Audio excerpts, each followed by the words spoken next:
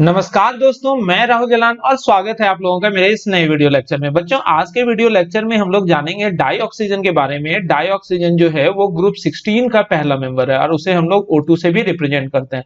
Group 16 के elements के physical और केमिकल प्रॉपर्टीज के बारे में हम लोगों ने ऑलरेडी पिछले लेक्चर में देख लिया। ये है फिजिकल प्रॉपर्टी और ये है केमिकल प्रॉपर्टी, और इन फिजिकल और केमिकल प्रॉपर्टीज का लिंक अगर आप लोगों को चाहिए तो वो आप लोगों को डिस्क्रिप्शन बॉक्स में बच्चों मिल जाएगा। ओके स्टूडेंट, तो आप लोग डिस्क्रिप्शन बॉक्स से ग्रुप 16 जिसमें कि ऑक्सीजन, सल्फर, सेलेनियम, टेलुरियम और पोलोनियम की फिजिकल प्रॉपर्टीज और केमिकल प्रॉपर्टीज की जानकारी है, उसे आप लोग डिस्क्रिप्शन बॉक्स से देख सकते हो। तो बच्चों, अब हम लोग शुरुआत करते हैं डाई ऑक्सीजन की। तो सबसे पहले हम लोग डाई ऑक्सीजन के डिस्कवरर के बारे में जानते हैं। Who was the discoverer of dioxygen? तो हम लोग यहाँ पर टॉपिक लिख रहे हैं डिस्कवरी ऑफ O2 की O2 का डिस्कवरी कैसे हुआ था और किसने किया था। तो डिस्कवरी ऑफ O2 से संबंधित 3 साइंटिस्ट का नाम है। यहाँ पर हम लोगों को 3 साइंटिस्ट के बारे में जानना है। सबसे पहले जो है that is Karl Sili, KARLSSEELE, ठीक है ना। और दूसरा साइंटिस्ट जो है वो O2 के डिस्कवरी से संबंधित है, जिसे हम लोग बोलते हैं जोसेफ प्राइस्टली, JOSEPHPRIESTLEY या LY। और तीसरा जो साइंटिस्ट जो ये ऑक्सीजन के डिस्कवरी से संबंधित है उसे हम लोग बोलते हैं लेवोजियर। वो है मतलब LABOSIER, यानी है नहीं, गुजर गया। तो ये 3 तरह का साइंटिस्ट है, सॉरी 3 साइंटिस्ट है जो कि ऑक्सीजन के डिस्कवरी से संबंधित है। ठीक है बच्चों, सबसे पहले अगर हम लोग कार्ल सीली की बात करें तो 1772 में सबसे पहले ऑक्सीजन के बारे में कार्ल सीली ने बताया था। और उन्होंने ऑक्सीजन का डिस्कवरी कैसे करा था? तो मर्क्यूरिक ऑक्साइड को गर्म करके उन्होंने ऑक्सीजन गैस का डिस्कवरी करा था। तो यहाँ आप लोग देख रहे हो किस तरह से ऑक्सीजन गैस प्रोड्यूस हुआ, क्लियर है। जोसेफ प्राइस्टली जो है, जोसेफ प्राइस्टली 1774 में मतलब 1774 ईस्वी में जाकर मर्क्यूरिक ऑक्साइड से ही ऑक्सीजन का डिस्कवरी करा था। वो कैसे? ये इस तरह से डबल लेंस था, ये डबल लेंस है और डबल यहाँ पर एक कंटेनर है, उसमें उन्होंने क्या रख लिया? उन्होंने रख लिया मर्क्यूरिक ऑक्साइड और इसे सनलाइट के संपर्क में लाया। तो डबल लेंस के थ्रू जब हम लोग सनलाइट को फॉल कराते हैं क्या चीज पर? मर्क्यूरिक ऑक्साइड में, तो ये डिकम्पोज होके कौन सा गैस देता है? ऑक्सीजन गैस देता है। तो इस तरह से ऑक्सीजन गैस का डिस्कवरी हुआ था, किसके द्वारा? जोसेफ प्राइस्टली के द्वारा। और दरअसल जोसेफ प्राइस्टली ही डिस्कवरर ऑफ ऑक्सीजन माना जाता है, यानी कि DISCOVERER, डिस्कवरर ऑफ O2 हम लोग बोलेंगे किसे? जोसेफ प्राइस्टली। यानी कि इतिहास के पन्नों में बस हम लोग जानते हैं कि कार्ल सीली 1772 में सबसे पहले ऑक्सीजन के बारे में जानकारी दिया था, लेकिन चूंकि वो नोटिफाई नहीं करवा पाया। नोटिफाई करने का मतलब होता है कि वो अपने रिजल्ट को पब्लिश नहीं किया, लेकिन 1774 में जोसेफ प्राइस्टली ने सबसे पहले अपने रिजल्ट को पब्लिश करा। इस आधार पर जोसेफ प्राइस्टली को ही हम लोग ऑक्सीजन का डिस्कवरर मानते हैं। लेवोजियर का काम क्या था? लेवोजियर माना कि O2 जो होता है वो एलिमेंटल स्टेट में पाया जाता है। ये जोसेफ प्राइस्टली सिर्फ इतना बताया कि O2 जो होता है वो एलिमेंटल स्टेट में रहता है, और ऑक्सीजन जो नाम है ना इस एलिमेंट को, वो भी किसने दिया था? लेवोजियर ने। तो यहाँ पर ऑक्सीजन के डिस्कवरी में लेवोजियर का बस इतना ही योगदान है। ऑक्सीजन को हम लोग फायर एयर भी बोलते हैं। ऑक्सीजन को हम लोग फायर एयर भी बोलते हैं। क्या बोलते हैं बच्चों? Fire air. और फायर एयर किसने बोला था ऑक्सीजन को? कार्ल सीली ने, क्योंकि उन्होंने देखा कि ऑक्सीजन जो होता है एटमॉस्फेयर का मेन कंस्टिट्यूएंट होता है, एटमॉस्फेयर का मेन कंस्टिट्यूएंट, और ये कोई भी सब्सटेंस को जला देता है। ये कोई भी सब्सटेंस को जलाने में इसका अपना योगदान होता है। इसी वजह से ऑक्सीजन को उन्होंने फायर एयर भी बोला था। अब अगर बच्चों हम लोग ऑक्सीजन के प्रॉपर्टीज की बात करें, जैसे कि यहाँ पर हम बात करें कि what are the properties of oxygen. Oxygen मतलब पहले हम लोग ऑक्सीजन एलिमेंटल स्टेट में मतलब O की बात करेंगे, उसके बाद O2 की बात करेंगे। अगर हम लोग ऑक्सीजन एटॉमिक ऑक्सीजन की बात करते हैं, यहाँ लिख ही देते हैं, ये एटॉमिक ऑक्सीजन है, ठीक है ना। हम लोग किसकी बात कर रहे हैं? Atomic oxygen. जब ऑक्सीजन एटॉमिक फॉर्म में है तो उस वक्त इसका आयोनाइजेशन एनर्जी जो होता है ऑक्सीजन का वो कितना होता है? 1310 किलो जूल पर मोल, लगभग 13, कभी कभी इसे 1312 भी किसी किसी बुक में आप लोगों को दिखेगा। 1312 किलो जूल पर मोल, लगभग इतना ही होता है, जो कि बहुत ज्यादा होता है। इवन ग्रुप 16 में सबसे ज्यादा आयनाइजेशन एनर्जी इसी का होता है। इसके बाद इलेक्ट्रॉन गेन इंथैल्पी की अगर हम लोग बात करें तो ऑक्सीजन का इलेक्ट्रॉन गेन इंथैल्पी होता है -140 किलो जूल पर मोल, और ये लोएस्ट होता है। ये है क्या चीज, this is highest in group 16, और ये जो है दिस इज लोएस्ट इन, ये लोएस्ट होता है ग्रुप 16 में। ग्रुप 16 में -140 किलो जूल पर मोल सबसे कम इलेक्ट्रॉन गेन एंथैल्पी होता है। इलेक्ट्रोनिगेटिविटी की अगर हम लोग बात करें तो ऑक्सीजन का इलेक्ट्रोनिगेटिविटी पॉलिंग स्केल में 3.5 होता है। इलेक्ट्रोनिगेटिविटी का कोई यूनिट तो होता नहीं है, और ये भी जो होता है this is highest in group 16। Group 16 में सबसे ज्यादा इलेक्ट्रोनिगेटिविटी होता है। पीरियोडिक टेबल में दूसरा स्थान होता है, सबसे ज्यादा इलेक्ट्रोनिगेटिविटी फ्लोरीन का 4.0, उसके बाद इसी का होता है। एटॉमिक साइज की अगर हम लोग बात करें, एटॉमिक साइज, तो ऑक्सीजन एटम का एटॉमिक साइज 73 पिकोमीटर माना जाता है, और ये भी लोएस्ट होता है किसमें, ग्रुप 16 में, लोएस्ट इन ग्रुप 16। क्लियर है। और सबसे लास्ट में हम लोग आयनिक रेडियस की अगर बात करें, आयनिक रेडियस, तो आयनिक रेडियस होता है, ये हम लोग बात कर रहे हैं O पर पावर 2 माइनस की, ऑक्साइड आयन की, तो ये लगभग 140 पिकोमीटर होता है, और ये भी लोएस्ट होता है इन ग्रुप 16। क्लियर है। अब इन चीजों को अलग अलग हम लोग समझते हैं कि ये क्या क्या लिखे हैं। तो सबसे पहले हम लोग अगर देखें किस चीज की बात करें, आयनाइजेशन एनर्जी, तो आयनाइजेशन एनर्जी होता क्या है बच्चों, अगर आप लोगों को पता हो तो ionisation energy the minimum amount of energy that is required to remove an electron from the gaseous isolated atom. चूंकि ऑक्सीजन एटम का साइज काफी छोटा होता है, तो इस छोटे साइज के वजह से ये इसका इलेक्ट्रॉन जो होता है न्यूक्लियस के ज्यादा करीब है, तो न्यूक्लियस इसको बहुत ज्यादा खींचेगा, तो इसको बाहर निकालने में बहुत ज्यादा एनर्जी लगता है। That's why ionisation energy of oxygen is very high. Electron gain enthalpy बहुत ज्यादा होना चाहिए। ऑक्सीजन का साइज छोटा है, तो छोटे साइज के वजह से इस इलेक्ट्रॉन, कोई भी एडिशनल इलेक्ट्रॉन को ये आराम से लेना चाहेगा, लेकिन यहाँ पर क्या होता है कि इसके वैलेंस सेल में ऑलरेडी 6 इलेक्ट्रॉन पहले से, और इसका साइज काफी छोटा होता है, इसलिए एडिशनल इलेक्ट्रॉन अगर इस ये लेगा तो वो एडिशनल इलेक्ट्रॉन बहुत ज्यादा कंजेशन फील करेगा, और बाकी सारे वैलेंस इलेक्ट्रॉन से बहुत ज्यादा रिपल्सन भी महसूस करेगा, जिस वजह से ये एडिशनल इलेक्ट्रॉन इसमें नहीं आना चाहता है। यानी कि ऑक्सीजन जो है वो एडिशनल इलेक्ट्रॉन नहीं लेना चाहता है, और ऑक्सीजन नहीं लेने के टेंडेंसी की वजह से इसका इलेक्ट्रॉन गेन एंथैल्पी बहुत कम होता है, कि बहुत ज्यादा होता है, बहुत कम होता है, इवन एक्सेप्शनली लो होता है, जबकि होना चाहिए सबसे ज्यादा। इलेक्ट्रोनिगेटिविटी जो है, इलेक्ट्रोनिगेटिविटी ज्यादा होने का वजह क्या होता है, वो भी इसका बहुत ज्यादा साइज, छोटा साइज ही होता है, कि ऑक्सीजन का साइज काफी छोटा होता है, इसलिए बॉन्ड पेयर ऑफ इलेक्ट्रॉन अगर कहीं पर है तो वो bond pair of electron nucleus के ज्यादा करीब होगा, जिस वजह से ज्यादा अट्रैक्शन महसूस करेगा, इस वजह से इलेक्ट्रोनिगेटिविटी इसका बहुत ज्यादा होता है। अब हम लोग एटॉमिक साइज की बात करते हैं, जैसे कि ऑक्सीजन, ठीक है ना, ऑक्सीजन जो है वो 2 इलेक्ट्रॉन लेगा तो बन जाएगा क्या, O पर 2 माइनस। ठीक है, ऑक्सीजन जब 2 इलेक्ट्रॉन लेगा तो वो क्या बन जाएगा बच्चों, O2 माइनस। अगर तुम लोग ध्यान से देखो तो ऑक्सीजन का इलेक्ट्रॉनिक कन्फिग्रेशन होता है 2,6, और O2 माइनस का क्या हो जाएगा इलेक्ट्रॉनिक कन्फिग्रेशन 2,8, लेकिन प्रोटॉन की संख्या तो दोनों में बराबर ही है। यहाँ पर जो ये ऑक्सीजन है, इस ऑक्सीजन के वैलेंस सेल में, पहले सेल में कितना इलेक्ट्रॉन, 2, और बाकी दूसरे सेल में कितना इलेक्ट्रॉन होगा बच्चों, 1 2 3 4 5 6, और ये 2 इलेक्ट्रॉन ले लेगा। जैसे ये 2 इलेक्ट्रॉन ले लेगा तो 2 इलेक्ट्रॉन लेने के बाद वैलेंस सेल में, ये इनर सेल में तो 2 ही इलेक्ट्रॉन रहेगा, लेकिन वैलेंस सेल में क्या होगा, इलेक्ट्रॉन की संख्या 1 2 3 4 5 6 7 8, और जैसे इलेक्ट्रॉन ले लेगा तो बताओ तो इसका आयनिक साइज बढ़ जाएगा कि नहीं बढ़ जाएगा, बहुत ज्यादा बढ़ जाएगा। ऐसे ये 73 पिकोमीटर रहता था एटॉमिक साइज, और अब जो है आयनिक साइज कितना हो जाएगा बच्चों, 140 पिकोमीटर। क्लियर है। अब हम लोग यहाँ पर देखते हैं कि ऑक्सीजन का इलेक्ट्रॉनिक कन्फिग्रेशन को हम लोग ऑर्बिटल के फॉर्म में लिखते हैं। जैसे ऑक्सीजन का एटॉमिक नंबर होता है 6, तो 6 के अनुसार इसका इलेक्ट्रॉनिक कन्फिग्रेशन क्या होगा, helium 2s2 2p4।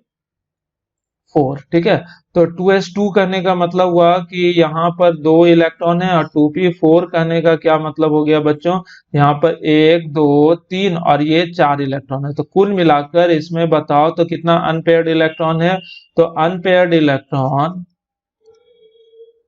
Is equal to, दिख रहा होगा यहाँ 2, और जितना अनपेयर्ड इलेक्ट्रॉन रहता है दैट इज एक्चुअली वैलेंसी, यानी कि ऑक्सीजन, सो ऑक्सीजन फॉर कितना, 2 covalent bonds, 2 COVALENT bonds to complete its octet. ये अपना ऑक्टेट पूरा करने के लिए कितना कोवेलेंट बॉन्ड बनाएगा बच्चों? ये 2 कोवेलेंट बॉन्ड बनाएगा अपना ऑक्टेट पूरा करने के लिए। क्लियर है? अब हम लोग आज आते हैं ऑक्सीजन के एनामेलस बिहेवियर पर, मतलब एनामेलस बिहेवियर ऑफ किसका? ऑक्सीजन। कि ऑक्सीजन जो होता है बाकी एलिमेंट से, ग्रुप के बाकी सारे एलिमेंट से अलग जैसा प्रॉपर्टी शो करता है। क्यों ऑक्सीजन बाकी सारे एलिमेंट से अलग जैसा प्रॉपर्टी शो करता है? इसका वजह होता है, पहला, इट्स वेरी स्मॉल साइज, इसका बहुत ज्यादा छोटा साइज। दूसरा, इसका बहुत ज्यादा हाई आयनाइजेशन एनर्जी और इलेक्ट्रोनेगेटिविटी। और तीसरा कारण जो होता है that is due to unavailability of vacant d orbital in it. इन चीजों के बारे में हम लोगों ने पहले से देख रखा है। और बहुत सारा एनामेलस बिहेवियर होता है, जैसे ऑक्सीजन जो होता है वो एलिमेंटल स्टेट में डाई ऑक्सीजन के रूप में रहता है, और बाकी सारा एलिमेंट सब जो रहता है जैसे सल्फर, सेलेनियम, टेलुरियम, ये सब जो होता है ऑक्टा एटॉमिक फॉर्म के रूप में रहता है, जैसे Fe8, S8, Te8, इस तरह से। क्यों? क्योंकि ऑक्सीजन जो होता है वो पी पाई बॉन्ड बना सकता है। ऑक्सीजन पी पाई बॉन्ड बना सकता है, बस अदर बाकी सारा एलिमेंट पी पाई बॉन्ड नहीं बना सकता है, जिस वजह से ये परिस्थिति में रहता है। अब हम लोग देखते हैं मॉलिक्यूलर ऑक्सीजन का प्रॉपर्टी। अब हम लोग देखते हैं प्रॉपर्टीज ऑफ मॉलिक्यूलर ऑक्सीजन। और मॉलिक्यूलर ऑक्सीजन करने का मतलब हम लोग बात कर रहे हैं O2 की, O2 की बात कर रहे हैं। तो मॉलिक्यूलर ऑक्सीजन जो है, ऐसे तो ऑक्सीजन अगर पूछा जाए कि एलिमेंटल स्टेट में किस किस रूप में रहता है, तो ऑक्सीजन एलिमेंटल स्टेट में O2 और O3 दोनों के रूप में रहता है। बट O3 का हीट ऑफ फॉर्मेशन बहुत ज्यादा पॉजिटिव रहता है, जिस वजह से O3 जो है वो स्टेबल होता है कि अनस्टेबल होता है? अनस्टेबल होता है। लेकिन पढ़ने की जहां तक बात है, तो पढ़ने के बाद में हम लोग क्या देखते हैं कि ऑक्सीजन जो है वो सामान्य रूप से किस स्थिति में वो स्टेबल रहता है? तो ऑक्सीजन जो होता है वो स्टेबल कंपाउंड बनाता है कहां पर? O2 के फॉर्म में। ठीक है, तो हम लोग ऑक्सीजन डाई ऑक्सीजन के प्रॉपर्टी को देखते हैं। सबसे पहले हम लोग O2 के इलेक्ट्रॉनिक कॉन्फ़िगरेशन लिखते हैं, या ये तो यहाँ पर मॉलिक्यूलर ऑर्बिटल थ्योरी के अनुसार इसका इलेक्ट्रॉनिक कॉन्फ़िगरेशन क्या होगा? Sigma 1s2, sigma 1s*2, sigma 2s2, sigma 2s*2, पाई 2 सॉरी सिग्मा 2pz2, पाई 2px2, पाई 2py2, पाई 2px*1 और पाई 2py*1। इसे फिगर में भी मैं यहाँ पर आप लोगों को बताने जा रहा हूँ। 2 मिनट लूंगा, बहुत ज्यादा समय नहीं लगेगा। जैसे कि ये है मॉलिक्यूलर ऑर्बिटल थ्योरी के अनुसार, इसके स्ट्रक्चर को मैं यहाँ पर लिखते जा रहा हूँ। ये जो है दिस इज सिग्मा 2pz*. इसके बाद जो होता है वो कौन सा ऑर्बिटल होता है? ये होता है, एक तो है यहाँ पर पाई 2px*, और ये दूसरा जो है दैट इज पाई 2py*. ठीक है, इसी तरह और भी 2 ऑर्बिटल रहता है, ये एनर्जी के लेवल के अनुसार लिख रहा हूँ, पाई 2py और ये पाई 2px। इसी तरह से यहाँ एक और orbital, this is sigma 2pz। इसी तरह से और भी orbital that is sigma 2p2s*. इसी तरह से और भी ऑर्बिटल रहता है जो कि है सिग्मा 2s।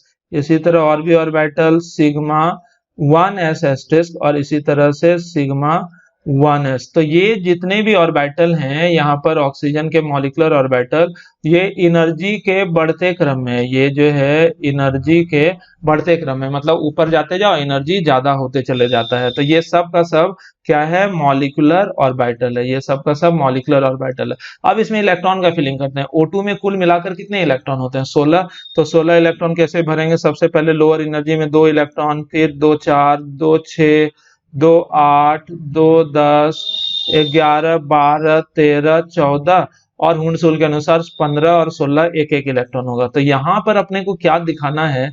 यहाँ पर दिखाना है कि ये वाला जो ऑर्बिटल है यहाँ पर जो हम लोग देख रहे हैं, इस वाले ऑर्बिटल में अनपेयर्ड इलेक्ट्रॉन नजर आया? यहाँ पर अनपेयर्ड इलेक्ट्रॉन, यही चीज तो यहाँ पर भी लिखे हैं, ये पाई 2px*1, पाई 2py*1। तो पाई 2px*1 और 1 1 इलेक्ट्रॉन होने के वजह से यहाँ पर लिखते हैं due to presence of 2 unpaired electron, के 2 अनपेयर्ड इलेक्ट्रॉन के मौजूदगी के वजह से O2 act as paramagnetic substance. Okay, तो ये जब पारामैग्नेटिक सब्सटेंस है तो वाजिब है इसका मैग्नेटिक मोमेंट होगा। तो इसके मैग्नेटिक मोमेंट की बात करें जो कि नॉन जीरो होगा, तो इसका मैग्नेटिक मोमेंट कितना हो जाएगा? तो म्यू का फॉर्मूला क्या होता है? Root under n into n plus 2 Bohr magneton. तो बताओ, तो यहाँ अनपेयर्ड इलेक्ट्रॉन कितने हैं? 2, यानी कि n की वैल्यू जो है यहाँ पर कितनी है? 2। तो यहाँ n के जगह हम लोग 2 पुट कर देंगे, तो root under 2 into 2 plus 2 Bohr magneton, that is equal to root under 8 Bohr magneton. Clear है ना? तो हम लोग क्या देख रहे हैं? ऑक्सीजन का मैग्नेटिक मोमेंट होता है √8 बोर मैग्नेटन। इन चीजों के बियॉन्ड अगर हम लोग एक दो चीजें और जाने, तो जैसे कि O2 के बारे में तो हम लोगों ने जान लिया कि ये पारामैग्नेटिक है कि डायामैग्नेटिक, ये पारामैग्नेटिक है।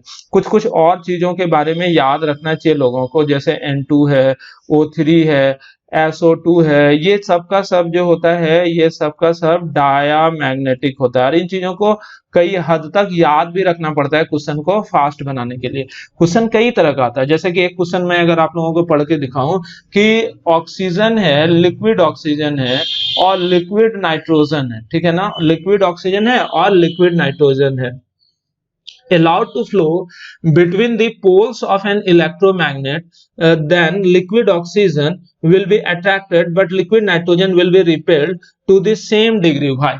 तो बोलता है कि लिक्विड ऑक्सीजन और लिक्विड नाइट्रोजन को किसी इलेक्ट्रोमैग्नेट के पोल्स के थ्रू अगर हम लोग इसे पास करें, ऑक्सीजन और लिक्विड नाइट्रोजन को, तो हम लोग देखते हैं कि ऑक्सीजन जो होता है वो अट्रैक्ट होता है और नाइट्रोजन जो होता है ये रिपेल होता है। क्यों? तो जवाब मिल गया, क्यों इस वजह से ऑक्सीजन अट्रैक्ट होता है, क्योंकि ऑक्सीजन पारामैग्नेटिक सब्सटेंस है, तो पारामैग्नेटिक सब्सटेंस तो हमेशा अट्रैक्ट ही होगा ना। और नाइट्रोजन, लिक्विड नाइट्रोजन जो है ये चूंकि डायमैग्नेटिक है, तो ऑब्वियस सी बात है ये अट्रैक्ट होगा या फिर रिपेल होगा, रिपेल होगा, इसमें कोई कंफ्यूजन नहीं है। तो इन चीजों को हम लोगों को याद रखना चाहिए। अब कुछ कुछ और जानकारी की बातें हम लोग देखते हैं। अब हम लोग आइसोटोप्स ऑफ ऑक्सीजन देखते हैं। क्या चीज की बात कर रहे हैं हम लोग? Isotopes of oxygen. तो ऑक्सीजन जो होता है कई तरह के आइसोटोपिक फॉर्म में रहता है। यहाँ पर सामान्य तौर पर ऑक्सीजन 3 तरह के आइसोटोपिक फॉर्म में रहता है। वो क्या? O16 के बारे में तो हम लोग जानते ही हैं, O17 के बारे में आप लोग जान लो और साथ में O18 के बारे में जान लो। तो यानी कि कुल मिलाकर ऑक्सीजन कितने तरह के आइसोटोपिक फॉर्म में रहता है? O16, O17 और O18। एटॉमिक नंबर तो आप लोग जानते हो चेंज नहीं होता है। आइसोटोप हम लोग किसको बोलते हैं? जिसका एटॉमिक नंबर सेम हो लेकिन मास नंबर एक दूसरे से अलग अलग है। अगर हम लोग बात करें कि पृथ्वी पर जो नेचुरल एबंडेंस रहता है उसमें O16 का मात्रा कितना रहता है, तो ये सबसे ज्यादा 99.7% के आसपास, मतलब बहुत ज्यादा। O17 रेयरली है, सबसे कम मात्रा में पाए जाने वाला आइसोटोप, और इसका मात्रा जो होता है 0.037% के आसपास होता है, याद भी कर लेते हैं हम लोग। और O18 जो होता है ये सेकेंड नंबर पर आता है, 0.204% के आसपास O18 पाया जाता है। लेकिन याद रखना है कि O18 जो है ना, this is actually radio active, this is radio active isotope of किसका? ऑक्सीजन। तो इसीलिए इसका बहुत सारा एप्लीकेशन भी हम लोगों को देखने को मिलता है। चूंकि ये रेडियो एक्टिव आइसोटोप है तो इसका कई सारा एप्लीकेशन भी हम लोग देखते हैं, जैसे कि इसका इस्तेमाल हम लोग ट्रेसर एलिमेंट के रूप में करते हैं।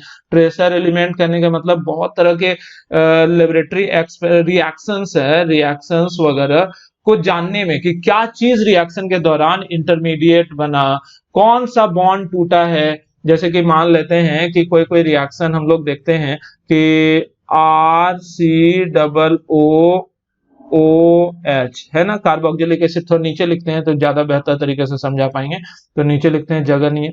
जैसे कि मान लेते हैं ये कार्बोक्सिलिक एसिड है, RCOOH, ठीक है, प्लस R-OH, ये अल्कोहल है। इन दोनों का रिएक्शन जब होता है, कार्बोक्सिलिक एसिड और अल्कोहल को हम लोग किसी एसिड के मौजूदगी में ट्रीट करते हैं तो डिहाइड्रेशन होता है, H2O निकल जाता है, यानी कि एक जगह से OH निकला होगा और एक जगह से H निकला होगा, तो बन क्या जाएगा? RC⋯O।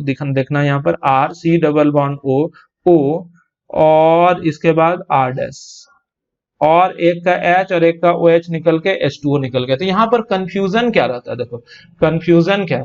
कंफ्यूजन ये है कि कार्बोक्सिलिक एसिड OH दिया और अल्कोहल H दिया, ये मैंने बोला आप लोगों को, कार्बोक्सिलिक एसिड OH दिया और अल्कोहल H दिया तो ये वाटर बना। ऐसा भी तो हो सकता है कि कार्बोक्सिलिक एसिड जो है वो H दे और अल्कोहल OH दे, ये बात भी तो हो सकता है। तो कंफ्यूजन हुआ ना कि कौन H दे रहा है कौन OH दे रहा है। तो इन चीजों के बारे में हम लोग O18 का इस्तेमाल करके लेबोरेटरी में काम चलाते हैं। वो कैसे देखना है, यहाँ ध्यान पर, हम लोग RCOO OH ले लिए, ठीक है ना, और यहाँ पर जो ऑक्सीजन लिया ना ये O18 आइसोटोप है, ठीक है, और R-OH और ये नॉर्मल ऑक्सीजन, यहाँ पर जो ऑक्सीजन लिया ना दिस इज एक्चुअली O16। तो जो प्रोडक्ट बनता है तो उस प्रोडक्ट में हम लोग क्या देखते हैं, RCOO OR- और प्लस H2O। तो ये जो वाटर प्रोडक्ट बना वहां पर हम लोग देखते हैं O18 आ गया है और यहाँ पर जो ऑक्सीजन है उसमें O16 आ गया है। तो इससे अंदाजा मिल गया ना, क्या अंदाजा मिल गया, इससे अंदाजा हम लोगों को मिल गया कि ये जो यहाँ पर मैं हाईलाइट कर रहा हूँ, आप लोगों को ध्यान से देखना कि ये जो OH है, OH जो यहाँ पर आ गया है और ये जो है ये अल्कोहल जो है वो क्या दिया होगा H, तभी तो ये H और ये OH दिया होगा, तभी तो O18 जो है वो वाटर के अंदर आया है। अगर O18 वाटर के अंदर आया हुआ है तो इसका क्लियर सा मतलब है, क्या क्लियर सा मतलब है, इसका क्लियर सा मतलब है ये कि आपका O18 जो है, सॉरी मतलब ये जो है OH ऑक्सीजन, OH जो है कार्बोक्सिलिक एसिड दिया होगा और H जो है वो कौन दिया होगा, आपका अल्कोहल। तो इस तरह से ट्रेसर एलिमेंट का यही बात होता है। और भी इसका O18 का इस्तेमाल होता है टू आइडेंटिफाई और various organic reaction, various organic reactions या फिर कंपाउंड्स के अलग अलग ऑर्गेनिक रिएक्शन या कंपाउंड को आइडेंटिफाई करने में भी हम लोग O18 का इस्तेमाल करते हैं। O17 जो है बहुत ही रेयरली एबंडेंट आइसोटोप है, तो इसके बारे में तो बहुत ज्यादा जानकारी भी नहीं है, ना बहुत ज्यादा यूज है, और O16 का तो इस्तेमाल हम लोग सामान्य तौर पर करते ही रहते हैं। तो पता चल गया कि O18 वगैरह जो होता है ऑर्गेनिक रिएक्शन के मैकेनिज्म वगैरह को जानने में हम लोग पता करते हैं। O16 तो सामान्य तौर पर इस्तेमाल में आए जाने वाला एलिमेंट है। पृथ्वी पर जो रहता है, पृथ्वी पर ये O16 ही मुख्य रूप से पाया जाता है, और वो किस रूप में रहता है, O2 के रूप में। और O2 जो है ये एटमॉस्फेयर में पाया जाता है, एटमॉस्फेयर यानी कि ऑक्सीजन जो है एलिमेंटल स्टेट में पाया जाता है, कहां पर, एटमॉस्फेयर में एज O2। और कितना, 20.946% बाय क्या, 20.946% बाय वॉल्यूम, 20.946% बाय वॉल्यूम, और लगभग 23.2% बाय मास के। मास के अनुसार अगर आप लोग देखो तो ऑक्सीजन जो होता है यानी कि O2 जो है वो एटमॉस्फेयर में, O2 जो है वो एटमॉस्फेयर में पाया जाता है लगभग 20.946% या 23.2%। एलिमेंटल स्टेट में ये सब हम लोग बात किसकी कर रहे हैं, ये हम लोग बात कर रहे हैं एलिमेंटल स्टेट की, एलिमेंटल स्टेट की बात कर रहे हैं। तो वहां पर ऑक्सीजन जो होता है O2 के रूप में या फिर O3 के रूप में भी कभी कभी पाया जाता है इन अपर एटमॉस्फेयर। ये तो आप लोग जानते ही हो, अपर एटमॉस्फेयर ओजोन जो होता है, ओजोन लेयर ही तो हम लोगों को बचाता है harmful UV rays coming from sun rays, sunlight में जो हार्मफुल यूवी रेज रहता है उससे बचाने का काम करता है कौन, ये ओजोन लेयर। अब अगर हम लोग कंबाइंड स्टेट ऑफ ऑक्सीजन की बात करें, एक बार मिटा लेता हूं या इसे हटा ही लेता हूं। अब अगर हम लोग combined state, COMBINED, combined state of oxygen कि ऑक्सीजन कंबाइंड स्टेट में जो रहता है पृथ्वी पर, कहां पर, ये सब बात अर्थ क्रस्ट के लिए हम लोग कर रहे हैं। तो कंबाइंड स्टेट में ऑक्सीजन जो रहता है वो सामान्य रूप पे किस रूप में पृथ्वी पर पाया जाता है, H2O के रूप में, ये आप लोग जानते हो, वाइडली डिस्ट्रीब्यूटेड एज H2O। और वाटर में 89% बाय मास क्या चीज मौजूद रहता है, वो ऑक्सीजन मौजूद रहता है, और बाकी 11% जो होता है वो क्या होता है, बाय मास हाइड्रोजन जो होगा वो मौजूद होता है, and other substances. Other substances मतलब अदर सॉल्युबल सब्सटेंसेस वगैरह जो है उसका हम लोग बात कर रहे हैं, लेकिन ऑक्सीजन जो होता है 89% के आसपास वाटर में मौजूद होता है। और अर्थ क्रस्ट पर ऐसे तो हम लोग जानते ही हैं कि अर्थ क्रस्ट पर ऑक्सीजन जो होता है मोस्ट एबंडेंट एलिमेंट होता है 46.2%। ये जो है this is what most abundant element, ये जो होता है पृथ्वी पर पाया जाने वाला सबसे ज्यादा मात्रा में एलिमेंट है। और ये कंबाइंड स्टेट में ये समान रूप से रहता है, कैसे है, सल्फेट्स, फॉस्फेट्स, कार्बोनेट्स,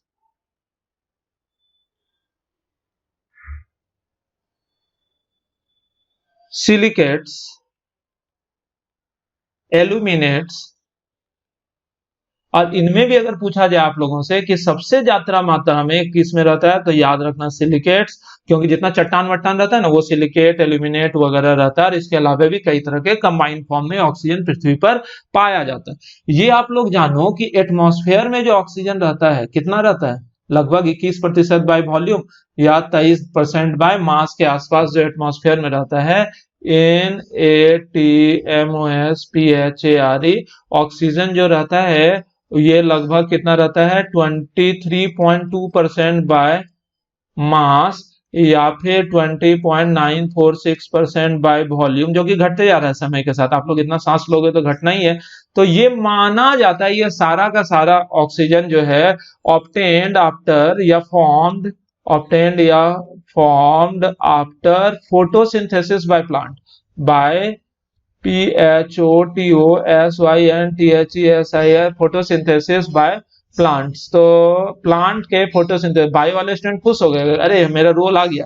तो कुछ रोल राल नहीं आया है इसमें, एक रोल खाली है, वो खा लेना एक बार खरीद के मार्केट में। होता क्या है कि प्लांट जो होता है उसका केमिकल रिएक्शन, ये एज्यूम कराया था, यहाँ पहले ही बोले एज्यूम टू बी कि XH2O और XCO2 कि प्लांट जो होता है XH2 और XCO2 लेकर वो बना लेता है CH2O होल X और प्लस XO2। ये जो बना लिया ऑक्सीजन गैस, यही ऑक्सीजन गैस एक्चुअली एटमॉस्फेयर में चला जाता है। और ये जो बन गया दिस इज कार्बोहाइड्रेट, ये कार्बोहाइड्रेट बन गया। और फोटोसिंथेसिस ऑफ प्लांट, इसको हम लोग क्या नाम देते हैं इस प्रोसेस को, PHOTOSYNTHESI। ये एज्यूम रखा रह जाता है कि जितना भी एटमॉस्फेयर में है ऑक्सीजन वो फोटोसिंथेसिस ऑफ प्लांट्स के द्वारा ही आया हुआ है। ठीक है ना बच्चों। अब हम लोग देखते हैं किस चीज के बारे में, अब देखते हैं preparation of dioxygen, PRATION of dioxygen. दरअसल टॉपिक जो होता है, हर एक टॉपिक इनऑर्गेनिक केमिस्ट्री के हर एक टॉपिक में हम लोग तीन चीज पढ़ते हैं, प्रिपरेशन, दूसरा उसका फिजिकल प्रॉपर्टी और तीसरा केमिकल प्रॉपर्टी। तो यहाँ हम शुरुआत कर रहे हैं प्रिपरेशन और डाई ऑक्सीजन। तो यहाँ पर रिएक्शंस वगैरह आएगा, तो रिएक्शन आएगा तो आप लोग उसे याद भी करते चले जाओगे। मेरे ख्याल से मेरा तरीका यही है कि मैं यहाँ पर समय ले लेके बताऊंगा और आप लोगों को याद भी करवाता चला जाऊंगा। तो ये जो होता है ऑब्टेन्ड आफ्टर डिकम्पोजिशन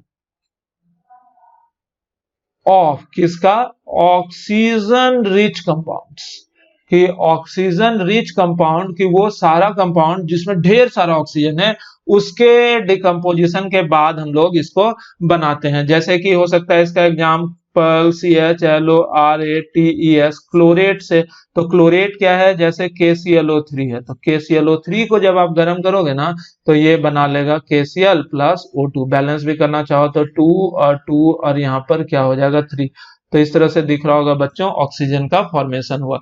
और भी हम लोग देखते हैं, दूसरा तरीका हम लोग देखते हैं कि क्लोरेट के अलावे पोटेशियम परमैंगनेट, मतलब परमैंगनेट सीधा लिख देते हैं, पोटेशियम परमैंगनेट को अगर गर्म करोगे, जैसे KMnO4 है, ठीक है ना, इसे अगर आप लोग गर्म करोगे तो बन जाता है potassium magnet K2MnO4 plus MnO2 और प्लस O2। इतना सारा चीज बनता है। इसको अगर आप लोग बैलेंस करना चाहो तो ये ऑलरेडी बैलेंस है, सिर्फ यहाँ पर 2 से आप लोग मल्टीप्लाई कर देना। इसे हम लोग क्या बोलते हैं, जो KMnO4 है ना, this is actually permanganate, potassium permanganate. और इसे हम लोग क्या नाम देते हैं बच्चों, मैग्नेट। एक चीज और भी याद रखना है, यहाँ चूंकि MnO2 है तो यहाँ पर जब हम लोग KClO3 का डिकम्पोजिशन करते हैं ना तो उसमें MnO2 कैटलिस्ट के रूप में इस्तेमाल करते हैं। एक्चुअली ये वाला रिएक्शन लैब मेथड इसे आगे हम दोबारा भी बोलेंगे, लेकिन अभी हम लोग यहाँ पर देख रहे हैं कि ऑक्सीजन रिच कंपाउंड सब जो है, तो उस ऑक्सीजन रिच कंपाउंड के डिकम्पोजिशन के बाद हम लोग कैसे कैसे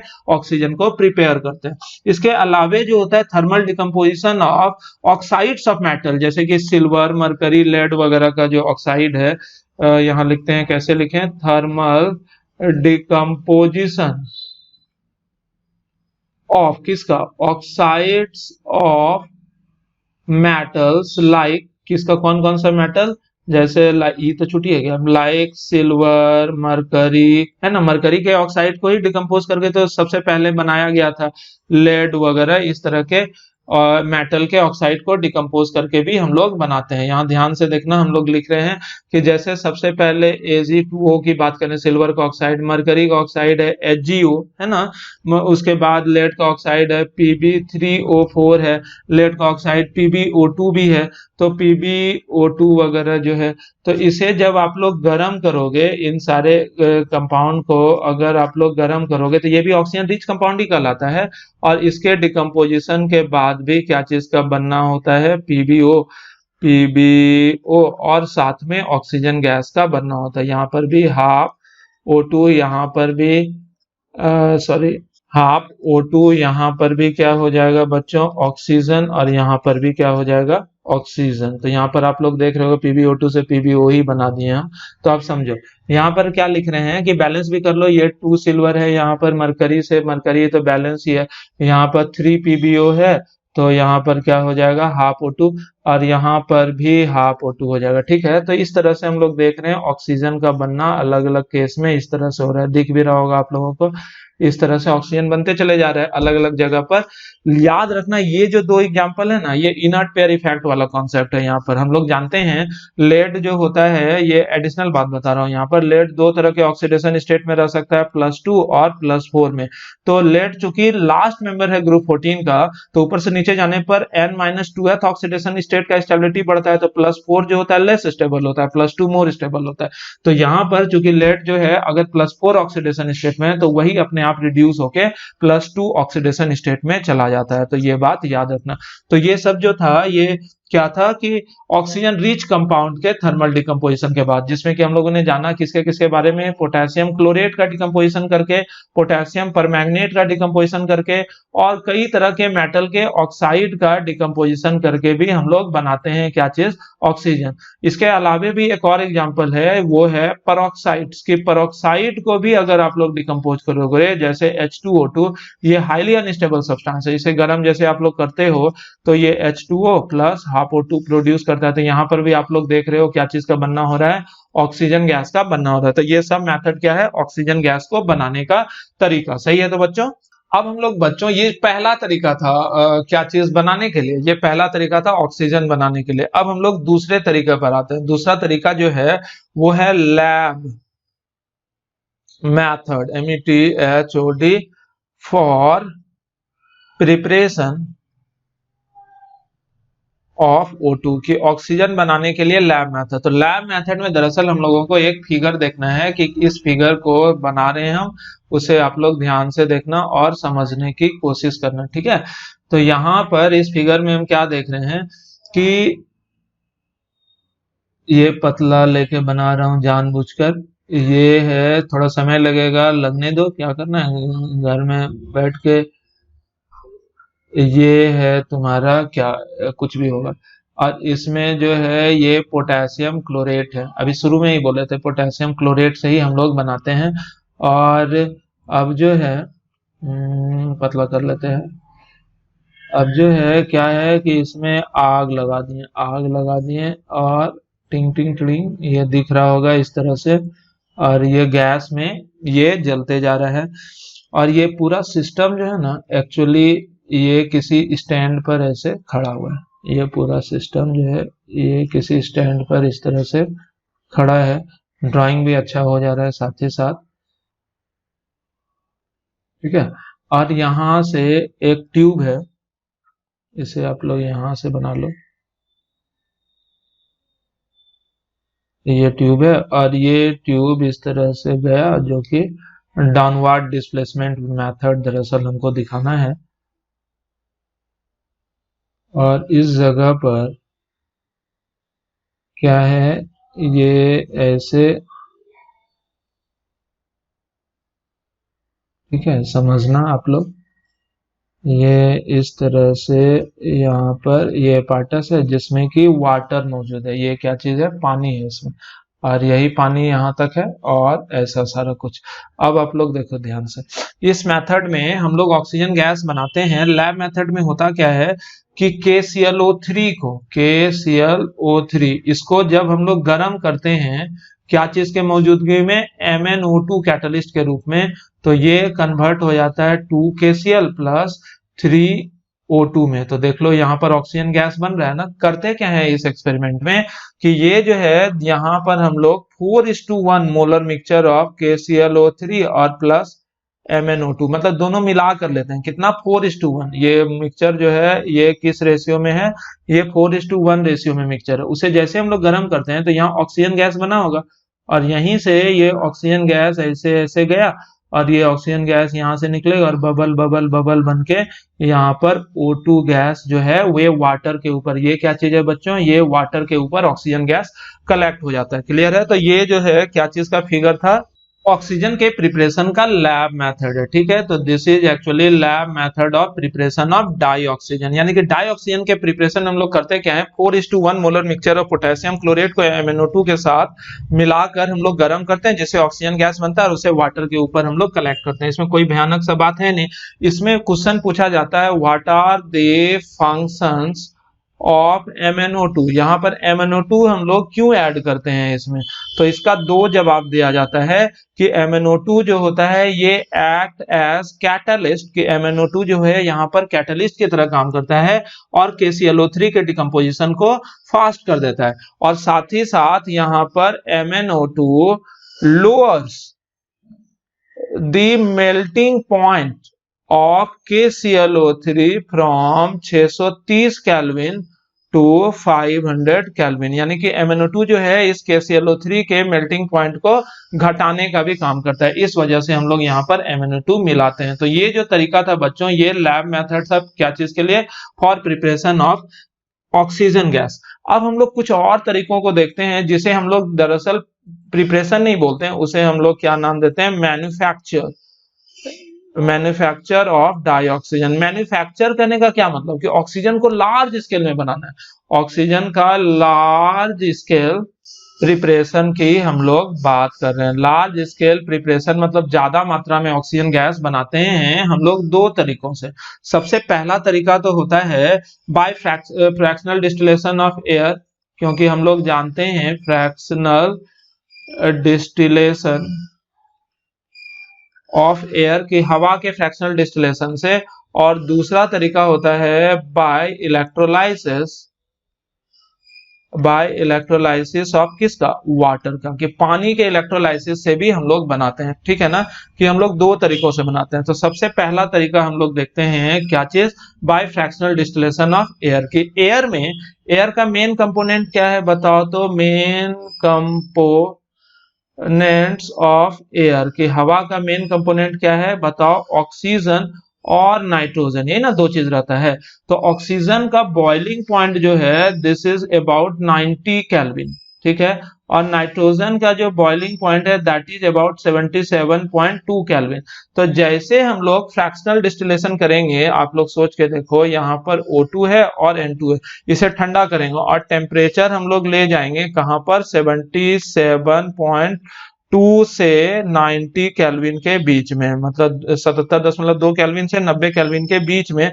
तो इस टेम्परेचर पर, जैसे कि मान लेते हैं 80 केल्विन, तो 80 केल्विन पर नाइट्रोजन तो गैस ही रहेगा, लेकिन ऑक्सीजन क्या बन जाएगा, लिक्विड बन जाएगा कि नहीं बन जाएगा। इस तरह से लिक्विड ऑक्सीजन हम लोग अलग कर लेंगे, यहाँ से लिक्विड ऑक्सीजन निकल जाता है। तो इसी मेथड को हम लोग क्या नाम देते हैं, फ्रैक्शनल डिस्टिलेशन ऑफ एयर।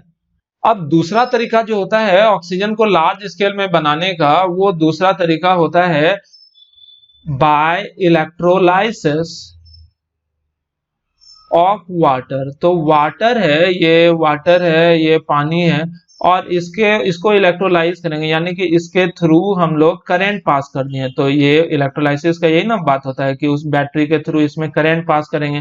तो जैसे करंट पास करते हैं तो एक पॉजिटिव प्लेट है और एक निगेटिव प्लेट है, तो होगा क्या, यहाँ देखो ध्यान से 2H2O और इसके थ्रू अगर हम लोग करंट पास करेंगे तो एक जगह हाइड्रोजन गैस और एक जगह ऑक्सीजन गैस आपका प्रोड्यूस हो जाएगा। हाइड्रोजन चूंकि इलेक्ट्रोपॉजिटिव है, तो हाइड्रोजन इलेक्ट्रोपॉजिटिव है तो ये किस जगह पर जाएगा, ये इलेक्ट्रोनिगेटिव प्लेट, यानी कि ये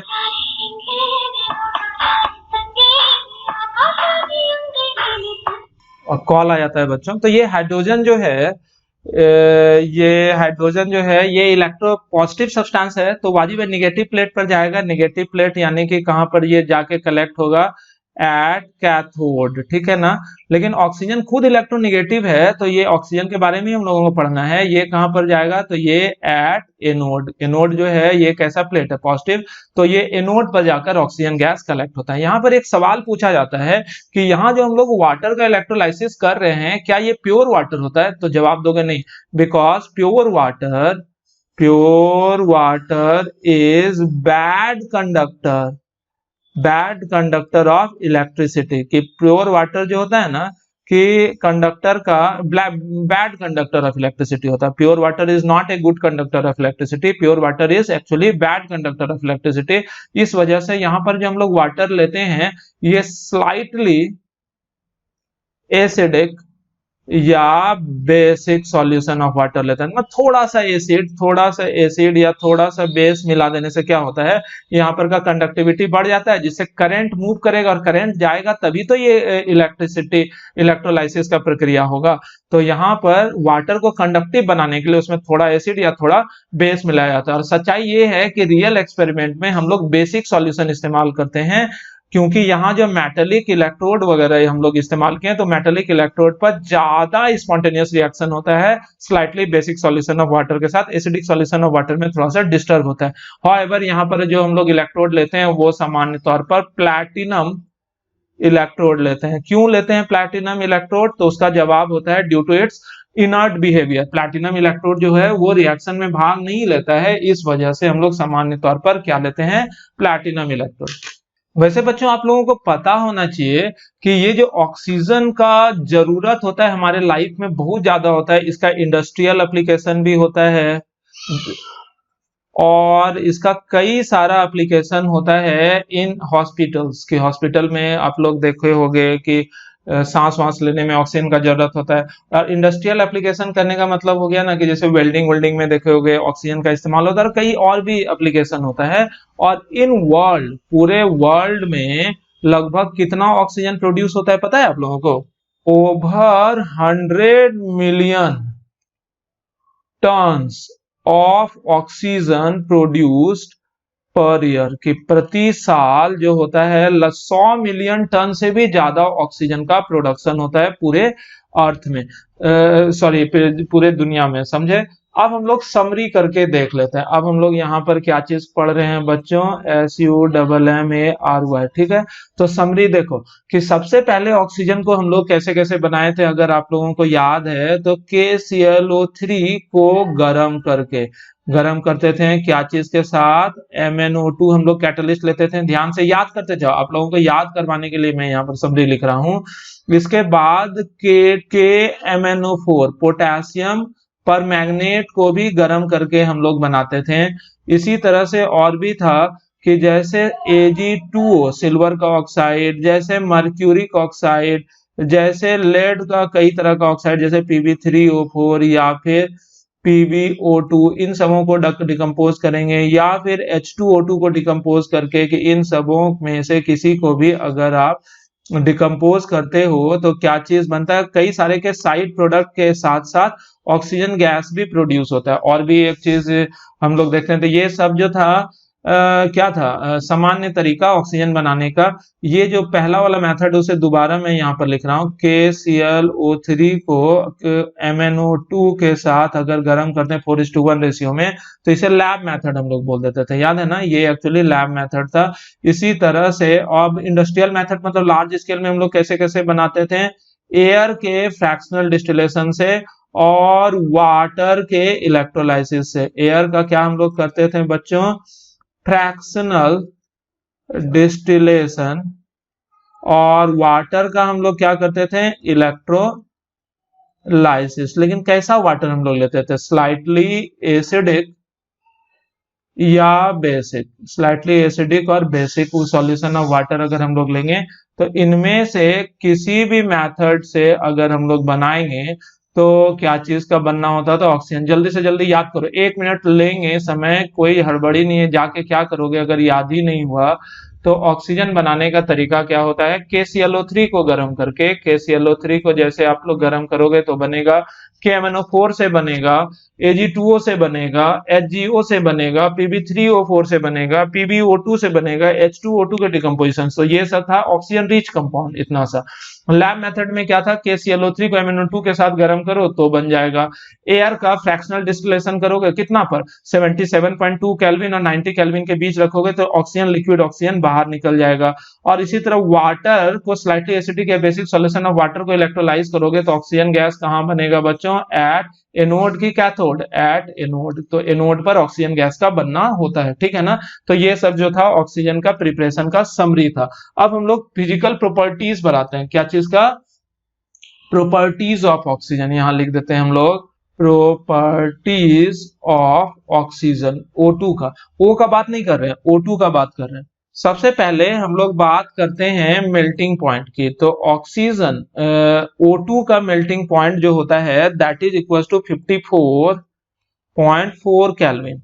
बॉइलिंग पॉइंट की अगर हम लोग बात करें तो वो तो आप लोगों को याद भी हो गया होगा बच्चों, ये 90 केल्विन के आसपास होता है। कभी कभी किसी बुक में लिखा रहता है 90.2 केल्विन भी, तो 90 केल्विन मोटा मोटी आप लोग याद रखो। यदि हम लोग इसके डेंसिटी की बात करें एट एसटीपी तो वो होता है 1.429 ग्राम पर लीटर की, 1 लीटर। कब, एट एनटीपी, या फिर इसे ही हम लोग एसटीपी भी बोल देते हैं। तो इसकी डेंसिटी जो होती है 1.429 ग्राम पर लीटर। ये आप लोग खुद से भी निकाल सकते हो कि 1 लीटर जो एसटीपी पर 1 मोल जो होता है वो कितना जगह छेकता है, 22.4 लीटर। 1 मोल का वजन कितना होता है, 32 ग्राम। 1 मोल का वजन होता है 32 ग्राम, तो 32 ग्राम 22.4 लीटर। तो डेंसिटी बराबर क्या होता है, मास बाय वॉल्यूम।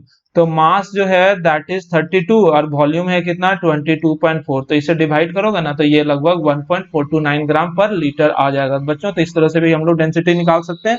अगर O2 के स्ट्रक्चर की बात करें तो O2 का स्ट्रक्चर जो होता है उसमें O डबल बॉन्ड O रहता है। क्यों, क्योंकि ऑक्सीजन जो है उसके वैलेंस शेल में 6 इलेक्ट्रॉन है, तो डायटोमिक तो ये होता ही है, ऑक्टेट पूरा करने के लिए ये इस रूप में रहता है। अगर यहाँ पर बात करें ऑक्सीजन और ऑक्सीजन के बीच के बॉन्ड लेंथ की, यानी कि यहां से यहां तक की दूरी जो है वो कितनी है, तो ये 120.7 पिकोमीटर के बराबर होता है, 120.7 पिकोमीटर। और डबल बॉन्ड होने के वजह से इसका बॉन्ड एनर्जी बहुत ज्यादा होगा ना, हाई, यहां लिख देते हैं हाई बॉन्ड एनर्जी। इसका बॉन्ड एनर्जी जो ज्यादा होता है due to presence of double bond, कि डबल बॉन्ड होने के वजह से इसका बॉन्ड एनर्जी बहुत ज्यादा होता है। और कितना है bond energy, 493.2 kilo joule per मोल। ओके, तो 493.2 किलो जूल पर मोल इसका बॉन्ड एनर्जी होता है। लेकिन याद रखना डाई नाइट्रोजन का बॉन्ड एनर्जी ऑक्सीजन से ज्यादा होता है। यदि आप लोगों से इस तरह से क्वेश्चन पूछा जाए N2 और O2 में बॉन्ड एनर्जी किसका ज्यादा होगा, तो आप लोग जवाब दोगे डाई नाइट्रोजन का। क्यों, डाई नाइट्रोजन में ट्रिपल बॉन्ड होता है। इसका बॉन्ड ऑर्डर कितना होता है, डाई नाइट्रोजन का बॉन्ड ऑर्डर 3। बॉन्ड ऑर्डर मतलब कितना बॉन्ड है, average number of bond between 2 atoms, और यहाँ पर बॉन्ड ऑर्डर कितना है, 2। तो इस वजह से डाई नाइट्रोजन का बॉन्ड एनर्जी 900 से भी ज्यादा किलो जूल, मतलब इससे डबल के आसपास होता है, डबल से थोड़ा कम। और ऑक्सीजन का बॉन्ड एनर्जी 2 बॉन्ड ऑर्डर होने की वजह से नाइट्रोजन से कम, फिर भी इसे हम लोग हाई बॉन्ड एनर्जी ही काउंट करेंगे। क्वेश्चन जो आता है कई तरह का क्वेश्चन आता है, जैसे कि 2019 का IIT एडवांस का क्वेश्चन एक हम लोग डाइऑक्सीजन का बनाया, तो उसमें एटॉमिक स्ट्रक्चर का भी कॉन्सेप्ट मिला हुआ है। तो उस क्वेश्चन को अगर आप लोग देखना चाहो तो देखो कि डाइऑक्सीजन है, ठीक है ना। तो इस डाइऑक्सीजन का बॉन्ड एनर्जी आप लोगों को दे दिया है और बोला है कि बॉन्ड एनर्जी जो होता है that is 493.2 kilo joule per मोल है। तो बोल रहा है what is the wavelength of light that is required to break this particular bond, कि ऑक्सीजन ऑक्सीजन बॉन्ड को तोड़ने के लिए ये जो लाइट इस पर फॉल करेंगे ना, इस लाइट का वेवलेंथ कितना होगा। तो देखो इस तरह का क्वेश्चन को कैसे बनाते हैं, ये बॉन्ड एनर्जी जो है, ये बॉन्ड एनर्जी 1 मोल का है। 1 मोल करने का मतलब 6.022 into 10 पावर 23 मॉलिक्यूल का है। तो bond energy of single molecule कितना होगा बताओ, तो सिंगल मॉलिक्यूल का बॉन्ड एनर्जी कितना हो जाएगा, 493.2 divided by 6.022 into 10 to the power 23 होगा ना, कि एक मोल में 6.022 इंटू 10 पावर 23 मॉलिक्यूल रहता है। तो इतने मॉलिक्यूल को बॉन्ड को तोड़ने में इतना एनर्जी, तो एक मॉलिक्यूल का बॉन्ड को तोड़ने में कितना, इतना डिवाइडेड बाय इतना। लेकिन ये किलो जूल में आएगा, तो उसे जूल में कन्वर्ट कर दो, इंटू 10 टू द पावर 3 कर दोगे तो जूल हो जाएगा ना। अब बताओ कि इस लाइट का एनर्जी कितना होता है, लाइट का एनर्जी होता है एससी बाय लैम्डा होता है ना, लाइट का एनर्जी एससी बाय लैम्डा। तो यहां पर इस एनर्जी के जगह हम लोग लिख सकते हैं SC by lambda is equal to 493.2 into 10 to the power 3 divided by 6.022 into 10 to the power 23। तो यहां से बच्चों लैम्डा का वैल्यू नहीं निकाल लोगे, अगर आप लोगों को पता है एच का वैल्यू क्या है, सी का वैल्यू क्या है, तो lambda is equal to SC divided by this value. तो निकाल लो, h के जगह क्या रख दोगे, 6.626 इंटू 10 टू द पावर -34 और c के जगह 3 इंटू 10 टू द पावर 8। और जब हम लोगों ने एटॉमिक स्ट्रक्चर चैप्टर पढ़ा था तो वहां पर हमने पहले ही बताया था कि h गुना c का वैल्यू यानी कि इतना गुना इतना, डायरेक्टली आप लोग 2 इंटू 10 टू द पावर -25 लिख सकते हो कैलकुलेशन को इजी करने के लिए। और डिवाइडेड बाय ये पूरा value that is 493.2 into 10 to the power 3 divided by 6.022 into 10 to the power 23। तो इतना यूनिट जो होगा क्या होगा, मीटर। तो ये इस तरह का क्वेश्चन आता है। एक और क्वेश्चन हम लोग बनाते हैं जो इस साल आईआईटी मेंस का है, यानी कि 2020 में जो जनवरी वाला एग्जाम था ना, तो उसमें आया हुआ था ये वाला क्वेश्चन। तो उसमें क्वेश्चन में क्या था कि O2 प्लस है, ठीक है, O2 है और O2 माइनस है, ये तीन चीज दिया हुआ है और आप लोगों से पूछा जा रहा है इन तीनों में आयनाइजेशन एनर्जी किसका ज्यादा है। बॉन्ड एनर्जी वाला क्वेश्चन हम लोगों ने बनाया था, वहां 4 था, O2 2 माइनस भी लिया हुआ था, वो पिछले लेक्चर में हम लोगों ने देखा था।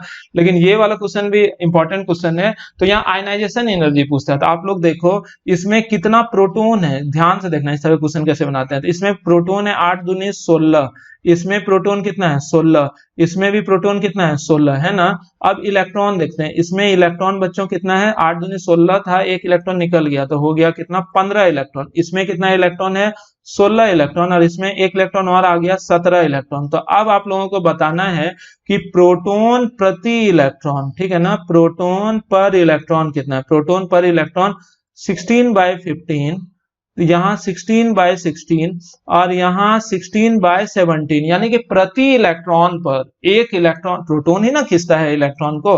तो अगर आप लोगों से पूछा जाए कि प्रति इलेक्ट्रॉन कितना प्रोटोन है, तो ये जो है प्रोटोन पर इलेक्ट्रॉन का वैल्यू सबसे ज्यादा किस में, देखो तो ये वैल्यू, ये 3 वैल्यू है ना आप लोगों के पास, 1 वैल्यू 2 वैल्यू और ये 3 वैल्यू, इन तीनों वैल्यू में सबसे बड़ा वैल्यू कौन सा लग रहा है, इन तीनों में सबसे बड़ा वैल्यू, यानी कि प्रोटोन पर इलेक्ट्रॉन इधर ज्यादा है। प्रोटोन पर इलेक्ट्रॉन करने का मतलब उसे आप लोग इफेक्टिव न्यूक्लियर चार्ज भी काउंट कर सकते हो।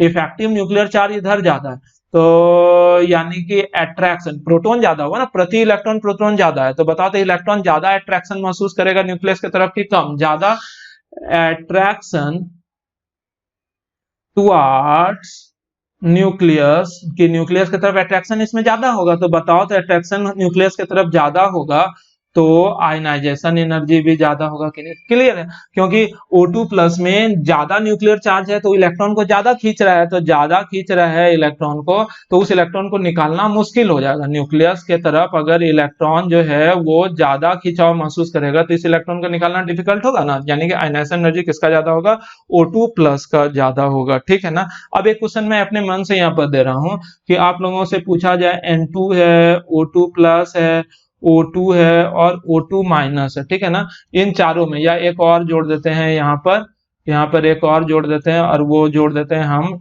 O2 2 minus. ऐसे याद रखना, इसे बोलना नहीं, O2 minus is super oxide, O2 minus जो है वो क्या है, दिस इज सुपर ऑक्साइड, और ये क्या है, दिस इज पेरोक्साइड, ठीक है।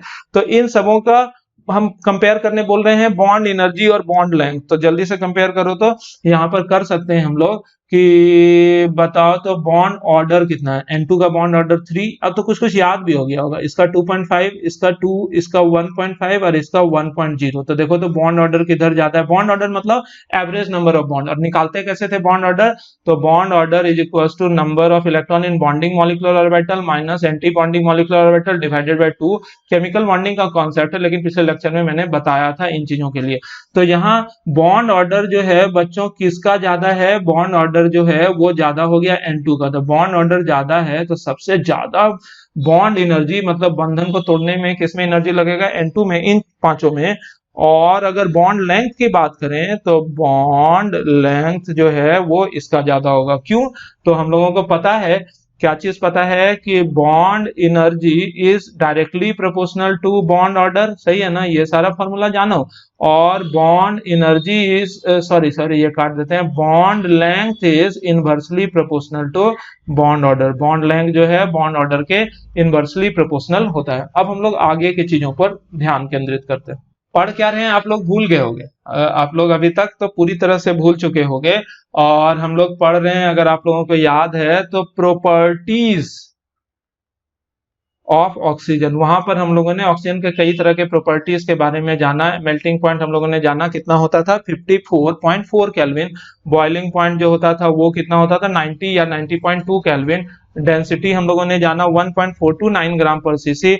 उसके बाद बॉन्ड एनर्जी O2 का हम लोगों ने जाना कितना होता था, 493.4 किलो जूल पर मोल। और बॉन्ड लेंथ हम लोगों ने जाना O2 का, दैट इज 120.7। एक बार फिर से लिख देते हैं, याद भी हो जाएगा, 120.7 picometre bond length, 493.4 kilo joule per mole, density 1.429 gram per litre, boiling point 90 kelvin और मेल्टिंग पॉइंट लगभग 54.4 केल्विन। इसे याद कर लो, बार बार एक ही चीज को इसलिए बता रहा हूं कि याद होते चले जाए, इनऑर्गेनिक है, याद ही तो करना है। अब बाकी प्रॉपर्टीज के बारे में हम लोग बात करते हैं। ये जो होता है कलरलेस ऑक्सीजन, जो है colourless, tasteless, TASTELESS, tasteless, odourless, कोई गंध भी नहीं होता है इसमें, और नॉन पॉइजनस। भैया पॉइजनस होता तब तो कहानी दुनिया का खत्म होता, इतना तकलीफ होता ही नहीं दुनिया में। तो ये इसका ना तो कोई कलर होता है, ना ही कोई टेस्ट होता है, ना ही कोई गंध होता है, और ये जहरीला भी नहीं होता है। अब इसके सॉलिबिलिटी की अगर हम लोग बात करें तो ये पानी में थोड़ा बहुत घुलता है।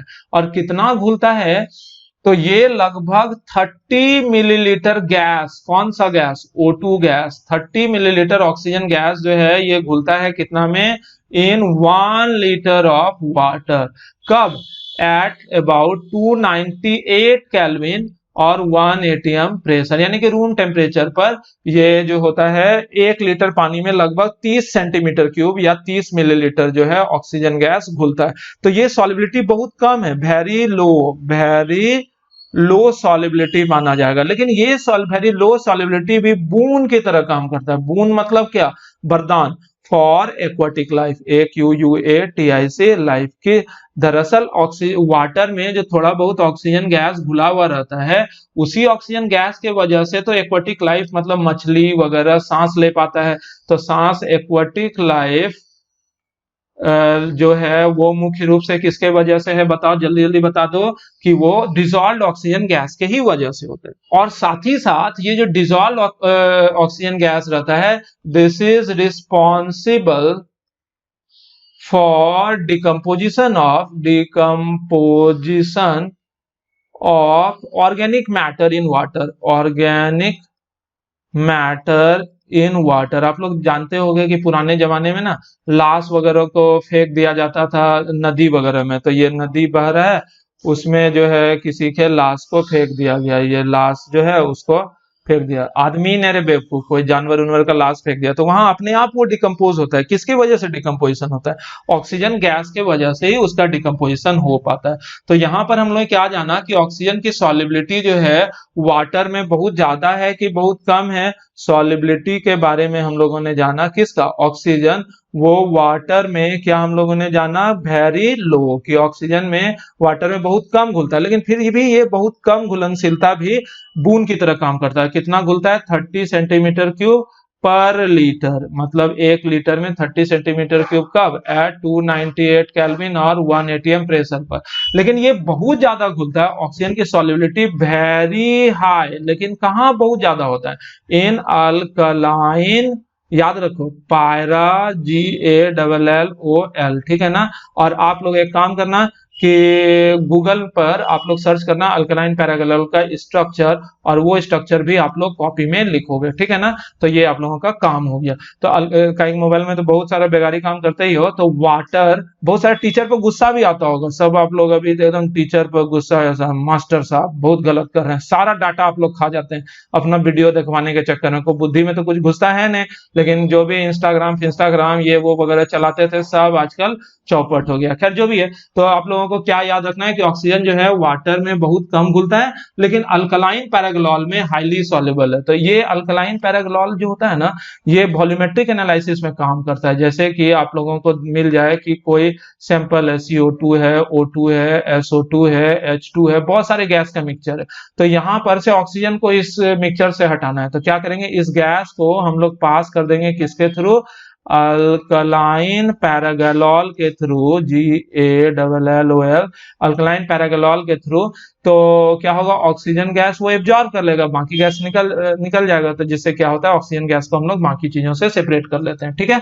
और सारे फिजिकल प्रॉपर्टीज की अगर हम लोग बात करें, तो ऑक्सीजन जो होता है ये पारामैग्नेटिक होता है, ठीक है ना। तो ये slightly attracted, SLIGSTLYATTRACTED towards magnet या फिर इलेक्ट्रोमैग्नेट के, ये हल्का फुल्का अट्रैक्ट होगा। क्यों होता है paramagnetic, due to presence of unpaired electron in dioxygen. Dioxygen में जो अनपेयर्ड इलेक्ट्रॉन रहता है, उस अनपेयर्ड इलेक्ट्रॉन के वजह से ये पैरामैग्नेटिक होता है कि डायमैग्नेटिक होता है, ये पैरामैग्नेटिक होता है। क्लियर है, इसमें भी कोई तकलीफ नहीं होना चाहिए। डाइऑक्सीजन गैस जो होता है ये पैरामैग्नेटिक हो जाता है। लेकिन अगर बोला जाए कि ये है गैसियस ऑक्सीजन, ये ऑक्सीजन गैस ही है, ये O2 है, लेकिन क्या है, गैस। और यहाँ पर O2 है, और ये जो है ये लिक्विड है, ठीक है। तो आप लोगों से पूछा जाएगा कि ये भी पैरामैग्नेटिक है, ये भी पैरामैग्नेटिक है, लेकिन ये जो होता है लाइट ब्लू कलर का होता है, ये लाइट ब्लू कलर का होता है, और ये जो होता है कलरलेस होता है। ऐसा क्यों? तो इसका जवाब होता है, दरअसल थोड़ा बहुत कलर ऑक्सीजन गैस में भी होता है, लेकिन इसका रेयरनेस इतना ज्यादा होता है, ये इतना ज्यादा रेयर होता है कि कलर पता ही नहीं चलता है। और यहाँ डेंस जो रहता है लिक्विड, इस वजह से ये कलर पता चलता है। और कलर हुआ जो होता क्यों है, due to its paramagnetic behaviour. और भी अगर पूछा जाए कि ये हम लोग मैग्नेट ले लें, और मैग्नेट में पूछा जाए कि कौन ज्यादा अट्रैक्ट होगा, लिक्विड के गैस, तो आप लोग जवाब दोगे लिक्विड ऑक्सीजन बहुत ज्यादा अट्रैक्ट होगा। क्यों बहुत ज्यादा अट्रैक्ट होगा? क्योंकि लिक्विड ऑक्सीजन की डेंसिटी बहुत ज्यादा है, तो ये मैग्नेट की तरफ स्ट्रांगली अट्रैक्ट होता है। लेकिन गैस जो होता है ये वीकली अट्रैक्टेड होता है, मतलब सप्ताह में एक दिन अट्रैक्ट होता है। अब बच्चों हम लोग बात कर रहे हैं केमिकल प्रॉपर्टीज की, CHEMICAL, प्रॉपर्टीज ऑफ O2, ठीक है ना, केमिकल प्रॉपर्टीज ऑफ O2, ये भी इंपॉर्टेंट हिस्सा है। इसे अब हम लोग ध्यान से देखते हैं।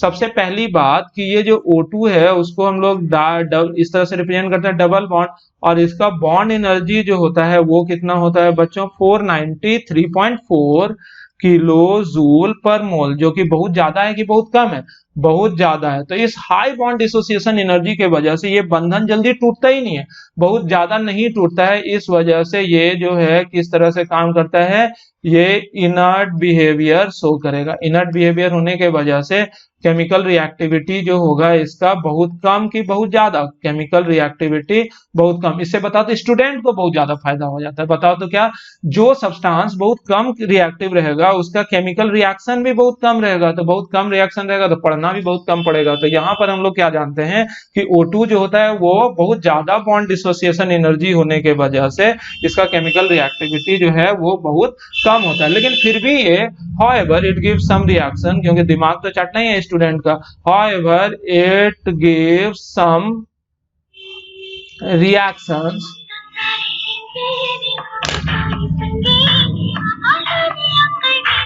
आपने बार बार फोन आ रहा है। however it gives some reactions, किसके साथ, with reactive metals, non-metals and some compounds at very high temperature, कि बहुत ज्यादा टेम्परेचर पर ये थोड़ा बहुत रिएक्शन देता है। उन्हीं रिएक्शंस को हम लोग एक एक करके देख रहे हैं, ठीक है ना। सबसे पहले हम लोग देखते हैं एक्शन विथ लिटमस, ठीक है ना। लिटमस पेपर की तरफ ऑक्सीजन का क्या रोल होता है, तो आप लोगों को पता होना चाहिए it is neutral towards litmus, कि ये लिटमस पेपर के तरफ न्यूट्रल होता है, यानी कि लिटमस पेपर के साथ नो कलर चेंज, कोई कलर चेंज होगा कि नहीं होगा, नहीं होगा कोई भी कलर चेंज। अब दूसरा प्रॉपर्टी हम लोग देखते हैं, और वो दूसरा प्रॉपर्टी जो है वो इंपॉर्टेंट है, that is reaction with metals, कि मेटल के साथ जो है वो कौन कौन सा रिएक्शन देता है, ठीक है ना।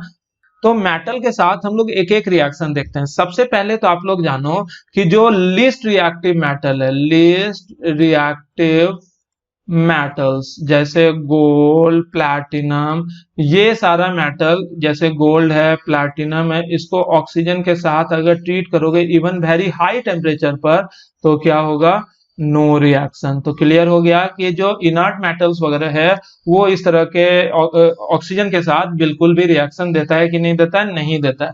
अब हम लोग बात करते हैं कुछ कुछ मेटल्स, जैसे कि आप लोगों का आयरन है, एल्यूमिनियम है, इन सबों को अगर आप लोग ऑक्सीजन के साथ हाई टेम्परेचर पर गर्म करोगे, यहाँ पर टेम्परेचर बहुत ज्यादा होना चाहिए, ठीक है ना, तो बहुत ज्यादा टेम्परेचर पर गर्म करोगे तो ये कन्वर्ट हो जाता है अपने रेस्पेक्टिव ऑक्साइड में, Al2O3 और Fe2O3। और याद रखना, पूछता है यहाँ पर क्वेश्चन कि दिस रिएक्शन इज एंडोथर्मिक और एक्सोथर्मिक, तो ऑलवेज एक्सोथर्मिक। ये सब रिएक्शन जो है यही छोटा छोटा बात होता है, ऑलवेज एक्सोथर्मिक, ये सारा रिएक्शन हमेशा एक्सोथर्मिक। क्यों, कैसे, तो आप लोगों को पता है जब थर्मोडायनेमिक्स मैंने पढ़ाया था तो वहां पर आप लोगों को बताया था मैंने कि कंबसन कंबसन जो होता है वो हमेशा एक्सोथर्मिक होगा। एक्सोथर्मिक करने का मतलब डेल एच निगेटिव। क्यों, क्योंकि कंबसन, कोई भी चीज को जलाएंगे तो हमेशा हीट रिलीज होगा, और कंबसन होता क्या है कि समथिंग को जैसे ऑक्सीजन के साथ ट्रीट करोगे, तो इसी को तो कंबसन बोलते हैं, ऑक्सीजन के साथ जलना ही तो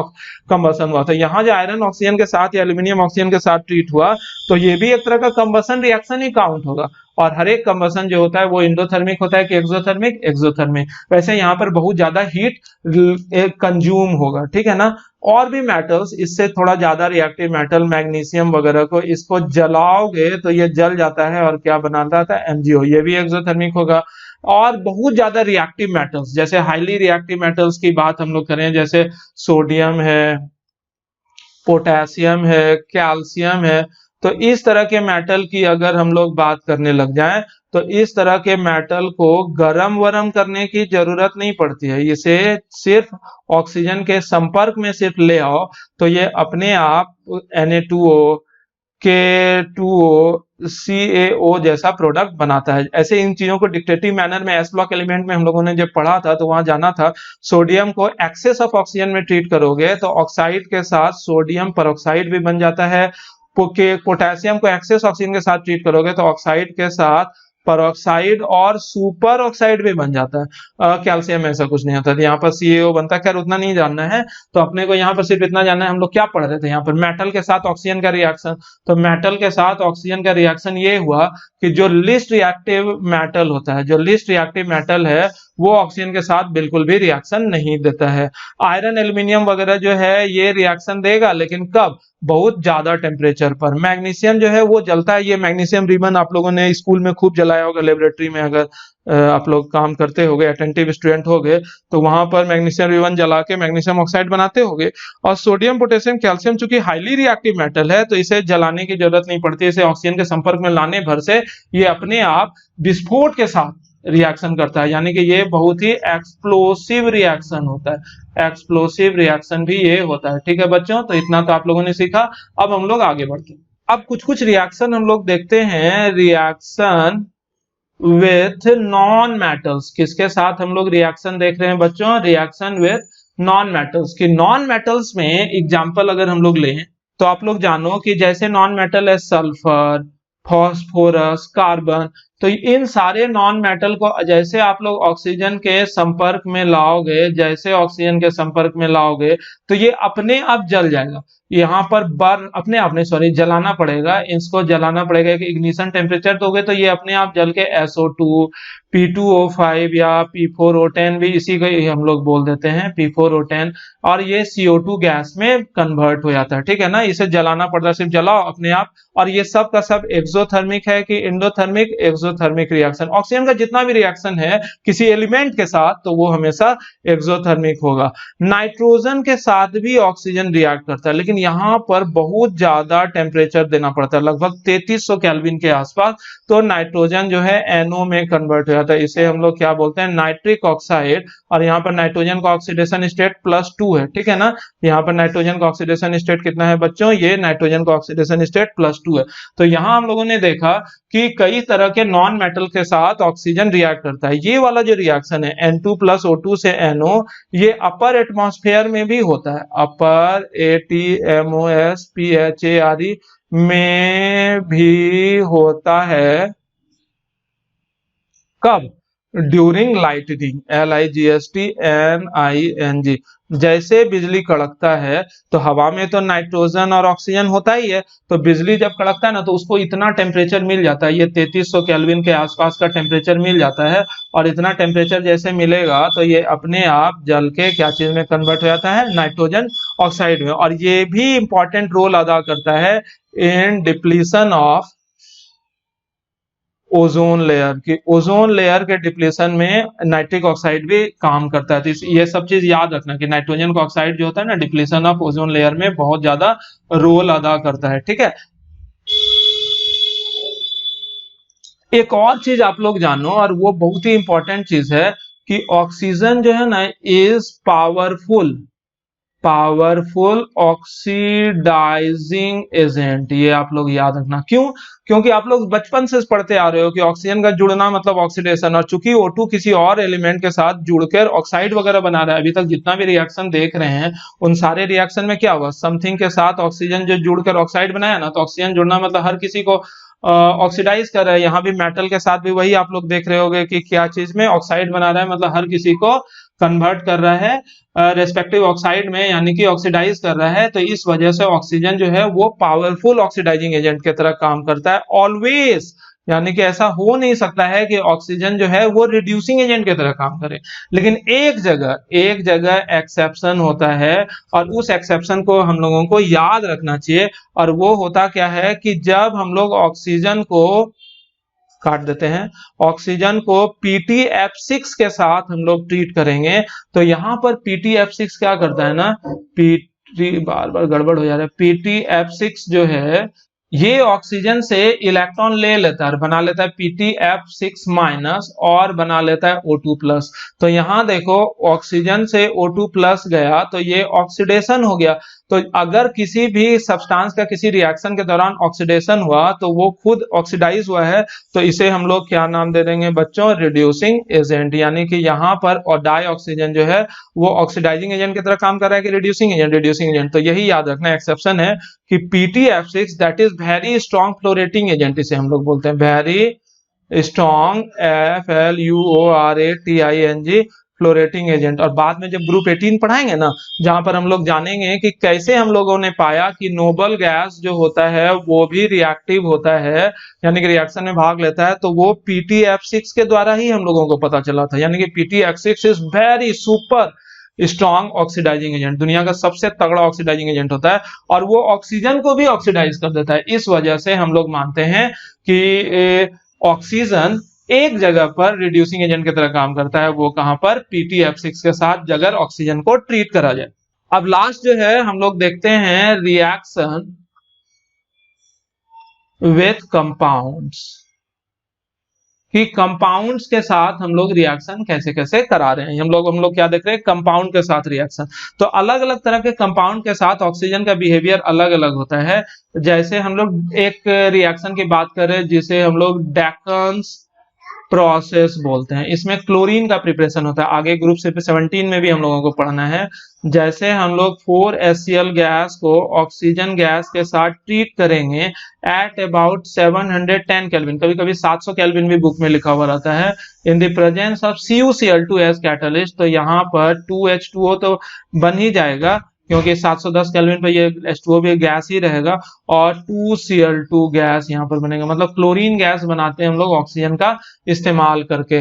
दरअसल यहाँ पर क्लोरीन -1 ऑक्सीडेशन स्टेट में, और यहाँ क्लोरीन 0, तो यहाँ से यहाँ दरअसल हम लोगों ने क्लोरीन को ऑक्सीडाइज किया, और ऑक्सीडाइज करने के लिए क्या चीज ऑक्सीडाइजिंग एजेंट के रूप में हम लोगों ने इस्तेमाल किया, ऑक्सीजन। तो यहाँ पर ऑक्सीजन जो है कंपाउंड के साथ कुछ इस तरह से रिएक्शन देता है। दूसरा रिएक्शन अगर हम लोग देखें तो SO2 को O2 के साथ अगर ट्रीट करोगे, ये भी गैस है, ये भी गैस है, किस कैटलिस्ट के रूप में के मौजूदगी में, V2O5 के मौजूदगी में, या फिर हम लोग यहाँ प्लैटिनम भी ले सकते हैं, या फिर प्लैटिनाइज्ड एस्बेस्टस भी ले सकते हैं यहाँ पर। और कितना टेम्परेचर पर, लगभग 725 केल्विन और हाई प्रेशर पर हम लोग ये सारा काम करते हैं। तो ये क्या चीज में कन्वर्ट हो जाता है, SO3 में कन्वर्ट हो जाता है, ये SO2 से SO3, और इस रिएक्शन का नाम होता है बच्चों कॉन्टैक्ट प्रोसेस। ठीक है, तो ये कॉन्टैक्ट प्रोसेस, ये भी हम लोगों को ग्रुप 16 में आगे पढ़ना है, जब सल्फ्यूरिक एसिड का प्रिपरेशन करेंगे ना, तो वहां सल्फ्यूरिक एसिड के प्रिपरेशन में हम लोग जानेंगे कि SO2 को O2 के साथ ट्रीट करके SO3 जो बनाते हैं इन सारे कैटलिस्ट के मौजूदगी में, तो इस रिएक्शन को हम लोग क्या नाम देते हैं, कॉन्टैक्ट प्रोसेस का रिएक्शन। कुछ रिएक्शन हम लोग रोस्टिंग का रिएक्शन सब देख लेते हैं, जैसे कि कोई भी सल्फाइड ओर है, जैसे ZnS, Cu2S, CuFeS2, इस तरह से कोई भी सल्फाइड ओर वगैरह रहेगा, उसे भी अगर आप लोग ऑक्सीजन के मौजूदगी में गर्म करोगे, जिस प्रक्रिया को हम लोग क्या नाम देते हैं, रोस्टिंग, तो ये क्या चीज में कन्वर्ट हो जाए, ZnO, Cu2O, ऐसे तो वो रिड्यूस होकर सीधे कॉपर में ही कन्वर्ट हो जाता है, यहाँ Cu2S प्लस FeS और प्लस साथ में SO2, हर जगह SO2 भी बनता है। ठीक है ना, तो ये दरअसल SO2 के सोर्स के रूप में हम लोग इस्तेमाल भी कर लेते हैं। और यहाँ पर भी आप लोग देख रहे होंगे कि ऑक्सीजन जो है अलग अलग तरह के कंपाउंड के साथ रिएक्शन करता है। और भी हम लोग देखते हैं अमोनिया के साथ भी ऑक्सीजन रिएक्ट करता है, वो कैसे, तो अमोनिया के साथ जब हम लोग ऑक्सीजन को रिएक्ट कराते हैं, यानी कि 4NH3 प्लस O2, तो यहाँ पर बैलेंस करोगे ना तो 5O2 आता है, और ये कन्वर्ट हो जाता है 4NO और प्लस 6H2O। ये रिएक्शन का नाम होता है ऑस्टवाल्ड्स प्रोसेस। नाम के साथ याद करोगे तो और अच्छा बात है कि यहाँ पर भी अमोनिया जो होता है -3 से ऑक्सीडाइज हो गया +2 में, और यहाँ पर ऑक्सीजन जो है वो किस तरह से काम कर रहा है बच्चों, ऑक्सीडाइजिंग एजेंट की तरह काम कर रहा है। इस रिएक्शन के बारे में हम लोगों ने ग्रुप 15 में ऑलरेडी पढ़ा है कि क्या चीज का प्रिपरेशन में, preparation of HNO3, nitric acid के प्रिपरेशन में हम लोगों ने देखा था। यहाँ पर भी हाई टेम्परेचर और प्रेशर का जरूरत होता है। कैटलिस्ट के रूप में हम लोग प्लेटिनम लेते हैं, लगभग 1073 केल्विन या 1100 केल्विन भी लगभग लिखा रहता है, पर ऑस्टवाल प्रोसेस होता है। और भी रिएक्शन देखते हैं, जैसे हम लोग कई तरह के कंबसन रिएक्शन को देखते हैं। कंबसन रिएक्शन में जैसे कि हम लोग मान लेते हैं कार्बन डाइसल्फाइड का कंबसन, बहुत तरह के हाइड्रोकार्बन का कंबसन, जैसे CH4 है, C2H2 है, एसिटिलीन जिसे बोलते हैं, इसी का कंबसन तो होता है जब गैस वेल्डिंग वगैरह हम लोग करते हैं। तो इसे जब आप लोग ऑक्सीजन में जलाओगे तो क्या बन जाएगा, CO2 प्लस SO2, ये जलेगा तो क्या होगा, CO2 प्लस H2O, ये जलेगा तो क्या होगा, यहाँ भी CO2 प्लस H2O, इसे आप लोग बैलेंस कर लेना। और ये सब का सब रिएक्शन हाईली एक्सोथर्मिक होता है, तो एक्सोथर्मिक होने की वजह से इन सब रिएक्शन का डेलएच नेगेटिव के पॉजिटिव नेगेटिव। वीडियो को थोड़ा सा लंबा और करते हैं समरी लिखने के लिए, क्योंकि समरी ही तो याद करना, आप लोग का इतना सारा मेहनत जो अभी तक आप लोगों ने किया ना, वो सब का सब मेहनत बर्बाद हो जाएगा अगर आप लोग समरी अभी के अभी नहीं देखोगे। तो समरी है ये क्या चीज का बच्चों, केमिकल प्रॉपर्टीज का, ये केमिकल प्रॉपर्टीज का समरी है। तो इसे हम लोग अभी फटाफट देख लेते हैं। तो सबसे पहला जो था मेटल के साथ रिएक्शन, यहाँ पर ध्यान से देखना, सोडियम को ऑक्सीजन के साथ, रुको, समरी को हम एक और तरीके से बनाते हैं। ये है क्या, सबसे पहले हम लोग देख लिए, ये है बच्चा अपना ऑक्सीजन, और ऑक्सीजन को हम लोग अलग अलग तरह के सब्सटेंस के साथ ट्रीट करते हैं। जैसे कि हम लोग सोडियम के साथ ट्रीट करेंगे तो Na2O और साथ में Na2O2 भी बन जाता था, मेटल के साथ रिएक्शन पहले देख रहे हैं। पोटेशियम के साथ ट्रीट करोगे तो K2O, K2O2 और KO2, ये सब एक्सेस ऑक्सीजन की बात कर रहे हैं, ठीक है ना। इसी तरह कैल्शियम के साथ ट्रीट करोगे CaO, यहाँ पर गरम वरम नहीं करना होता है। मैग्नीशियम के साथ ट्रीट करोगे तो यहाँ पर जलाना पड़ता था और क्या बन जाता था बच्चों, MgO। इसी तरह अगर आप लोग आयरन के साथ, यहाँ हाई टेम्परेचर पर गर्म करना पड़ेगा, और आयरन के साथ साथ हम लोग एल्यूमिनियम के साथ भी गर्म करते थे, तो क्या बन जाता था याद है, Fe2O3, Al2O3, बहुत हाई टेम्परेचर पर गर्म करना पड़ता था। मेटल्स लाइक गोल्ड, प्लैटिनम वगैरह ये सब रिएक्शन देता था कि नहीं देता था बच्चों, नहीं देता था। अब ऑक्सीजन का और भी रिएक्शन हम लोग देखते हैं किसके साथ, तो ऑक्सीजन का रिएक्शन अब हम लोग नॉन मेटल के साथ देखते हैं। तो नॉन मेटल में जैसे सल्फर है, सल्फर के बाद मान लो फॉस्फोरस है, फॉस्फोरस के बाद मान लो कार्बन है, तो इन सब के साथ जल जाता था, इन सब के साथ बर्न, यहाँ पर हम लोग जो लिख रहे हैं ये बर्न है। तो सल्फर के साथ जलाओगे तो SO2, यहाँ P2O5, यहाँ पर CO2, ऐसा कंपाउंड बनाएगा। नाइट्रोजन के साथ बहुत ज्यादा टेम्परेचर लेना पड़ता था, 3300 केल्विन, और ये अपर एटमॉस्फेयर में लाइटनिंग में भी यही रिएक्शन होता था, और कौन सा चीज बनता था यहाँ पर, NO का बनना होता है। डेकन्स प्रोसेस अगर हम लोग लिखे हैं बच्चों, HCl के साथ 710 केल्विन पर अगर हम लोग गर्म करते हैं, क्या चीज के मौजूदगी में, CuCl2 में, तो यहाँ क्लोरीन गैस का बनना होता है, साथ में वाटर निकल जाता है। इस रिएक्शन का नाम क्या है बच्चों, डेकन्स प्रोसेस। याद करते चले जाओ। ये अगर यहाँ पर हम लोग SO2 के साथ ऑक्सीजन को ट्रीट करेंगे और यहाँ पर कैटलिस्ट के रूप में V2O5 या प्लैटिनम या प्लैटिनाइज्ड एस्बेस्टस लेंगे, तो यहाँ क्या बन जाता था, SO3 बन जाता था, और इस रिएक्शन को हम लोग कॉन्टैक्ट प्रोसेस बोलते थे। इसी तरह से अमोनिया के साथ बच्चों, अगर आप लोगों को याद हो, 1073 केल्विन पर अगर गर्म करोगे प्लैटिनम के मौजूदगी में, तो NO प्लस H2O बन जाता था। इस रिएक्शन का नाम क्या होता था, ऑस्टवाल्ड प्रोसेस, और इसी रिएक्शन का इस्तेमाल करके हम लोग नाइट्रिक एसिड वगैरह बनाते थे, ठीक है ना। और भी रिएक्शन है जैसे कि सल्फाइड, और जैसे ZNS वगैरह को गर्म करोगे तो ZNO प्लस SO2, इस तरह के रिएक्शन को हम लोग क्या नाम देते हैं बच्चों, रोस्टिंग। इस तरह का और भी, और सल्फाइड और का भी रोस्टिंग करेंगे तो क्या चीज बनता है, SO2। अब इसी तरह हाइड्रोकार्बन जैसे CH4 वगैरह को गर्म करोगे तो CO2 प्लस H2O। एसिटिलीन को गर्म करते हैं, यहाँ पर एसिटिलीन है C2H2, इसे अगर जलाओगे ऑक्सीजन में तो यहाँ CO2 प्लस H2O बनेगा। इसी तरह कार्बन डाइसल्फाइड को भी जलाओगे तो ये सब क्या चीज था, ये सब कंपाउंड के साथ reaction, sorry CO2 plus SO2, इस तरह का कंपाउंड बनता है। तो यहाँ से यहाँ तक जो हम लोगों ने देखा ये कंपाउंड के साथ रिएक्शन है। इधर जो हम लोगों ने देखा यहाँ से लेकर यहाँ तक ये मेटल के साथ रिएक्शन है, और यहाँ से यहाँ जो हम लोग देख रहे हैं ये, सॉरी ऊपर में ये मेटल के साथ रिएक्शन, और नीचे जो था ये सब नॉन मेटल के साथ रिएक्शन है। बच्चा बोल दो तो एक बार, नमस्ते दोस्तों, मैं राहुल जला, बोलो ना, नहीं बोलोगे, जाओ। चलो यहाँ जो है इतना सारा चीज है समरी। चलो इतना समय दे ही दिए हो आप लोग, तो बस और 5 मिनट में क्या बिगड़ जाएगा, जरा सा सोच के देखो तो, 2-4-5 मिनट तो लगेगा। यही गड़बड़ है, यहाँ पर बच्चा को बेवकूफ भी नहीं बनाया जा सकता है। क्यों? क्योंकि टाइम उसको दिख जाता है कि आगे इतना समय है, लेकिन बच्चों को ये नहीं पता चलता है कि आगे कितना इंपॉर्टेंट चीज है, और वो इंपॉर्टेंट चीज है यूजेस ऑफ O2 की, ऑक्सीजन का क्या क्या इस्तेमाल होता है। और जानो बच्चों कि क्वेश्चन जब आप लोग बनाओगे ऑब्जेक्टिव, तो वहां पर आप लोगों को यही यूज का ही इस्तेमाल क्वेश्चन वगैरह ज्यादा देखने को मिलेगा। तो सबसे पहला इसका इस्तेमाल होता है कि ऑक्सी हाइड्रोजन या ऑक्सी एसिटिलीन टॉर्च बनाने में इसका इस्तेमाल होता है फॉर कटिंग और वेल्डिंग के। सामान्य रूप से जो वेल्डिंग वगैरह हम लोग घर वर में करते हैं ना, वहां गैस वेल्डिंग जो होता है वो लगभग 1300 केल्विन के आसपास टेम्परेचर प्रोड्यूस करता है, उसे हम लोग ऑक्सी एसिटिलीन वेल्डिंग का नाम दे देते हैं, ठीक है ना। और एक और वेल्डिंग होता है हाइड्रोजन H2O2 वेल्डिंग, वहां पर लगभग 2500 केल्विन तक टेम्परेचर प्रोड्यूस होता है, और ज्यादा टेम्परेचर चाहिए 4000 केल्विन तक प्रोड्यूस होता है एटॉमिक हाइड्रोजन वेल्डिंग में। वहां पर हम लोग H2 नहीं बल्कि क्या ले लेते हैं, H लेते हैं, तो वहां पर और भी ज्यादा टेम्परेचर प्रोड्यूस होता है। वेल्डिंग वगैरह आप लोग दुकान में देखे होंगे कि 2 इस तरह का सिलेंडर रहता है, बहुत लंबा लंबा सिलेंडर रहता है। इसी सिलेंडर के नॉब से 2 पाइप गुजरता है, इस सिलेंडर के नॉब से 2 पाइप, और यहाँ पर एक टॉर्च रहता है, और इसी टॉर्च से ऐसा फ्लेम जैसा निकलता है, ठीक है। ये फ्लेम जैसा निकलता है, इसी से जैसे किसी का दिमाग टूट गया तो उस दिमाग को हम लोग जोड़ देते हैं, इसे ही गैस वेल्डिंग बोलते हैं। ये किनारे किनारे में जो लाल कलर रहता है ना, यहाँ पर लगभग 900 डिग्री सेल्सियस टेम्परेचर रहता है, और बीच में जो ये ब्लू कलर रहता है ना, यहाँ पर लगभग 1300 केल्विन